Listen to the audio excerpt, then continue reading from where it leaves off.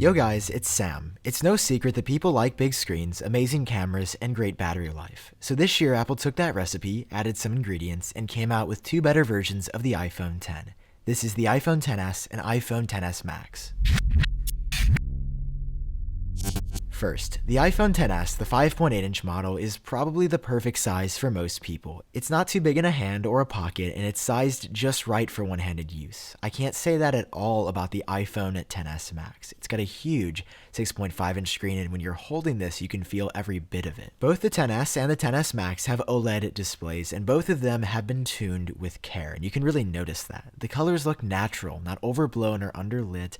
They just look really great. And because it's OLED, they can reproduce these incredible black levels that LCD displays just cannot. The quality of the display this year continues to be top-notch, no pun intended, and that's definitely a big part of what you're paying for when you buy these phones. You're also paying for the fastest smartphone processor in the world, the A12 Bionic. It's a better version of the chip from last year, it's lightning quick, but it doesn't feel much faster when you actually use the phone. Of course, apps are fast, load times are barely there, and iOS 12 is crazy good. When you need more power with the A12 Bionic, you get it, but it sort of just fades into the background in the meantime. And because the A12 Bionic chip has so much power, it's able to power the biggest upgrade this year, the new 12 megapixel dual camera setup on the back and 7 megapixel single camera setup on the front. First here is Smart HDR. When you take a photo now, rather than exposing just the object or person in the foreground and blowing out the background or vice versa, Smart HDR combines a number of images taken at varying exposures and makes that into one image. It won't get it right every single time, but in my testing, it does a pretty good job. I think it's perfect for the casual iPhone photographer that pulls out their phone and shoots without thinking about the best lighting or the best background. That's who's gonna love this the most. Portrait mode also got better this year, but the changes here are much more marginal than anywhere else on the iPhone XS. It still struggles with edges sometimes, and the selfie portrait mode is still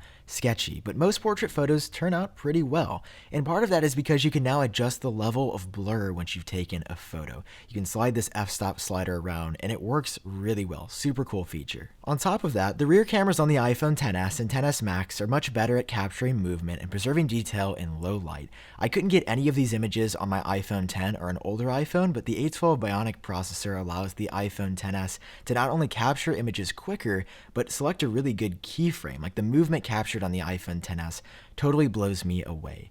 And most of these features also carry over to video. The dynamic range is better, the low light performance is better, and the audio capture actually got turned up to 10. Here's a quick comparison.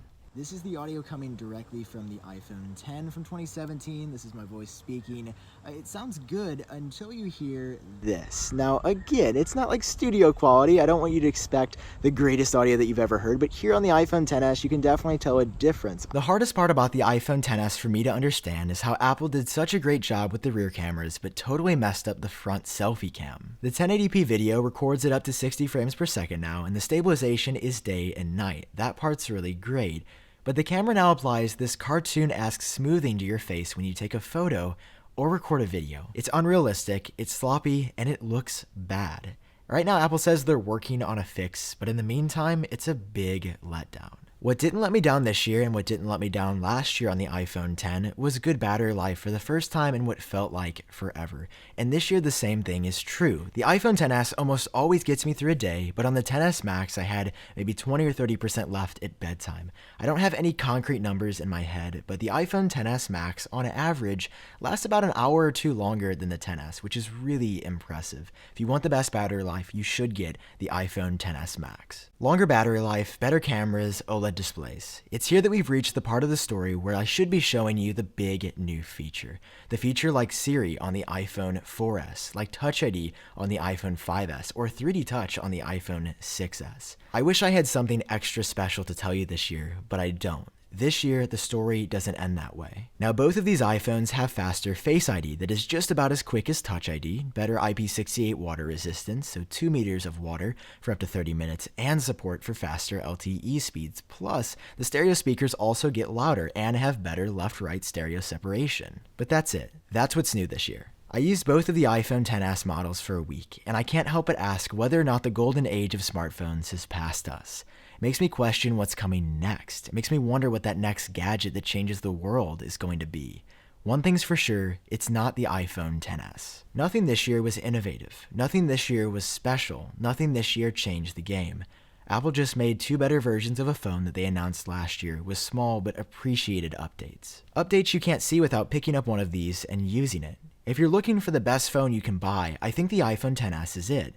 But don't expect to be blown away when you get it. It's just another iPhone.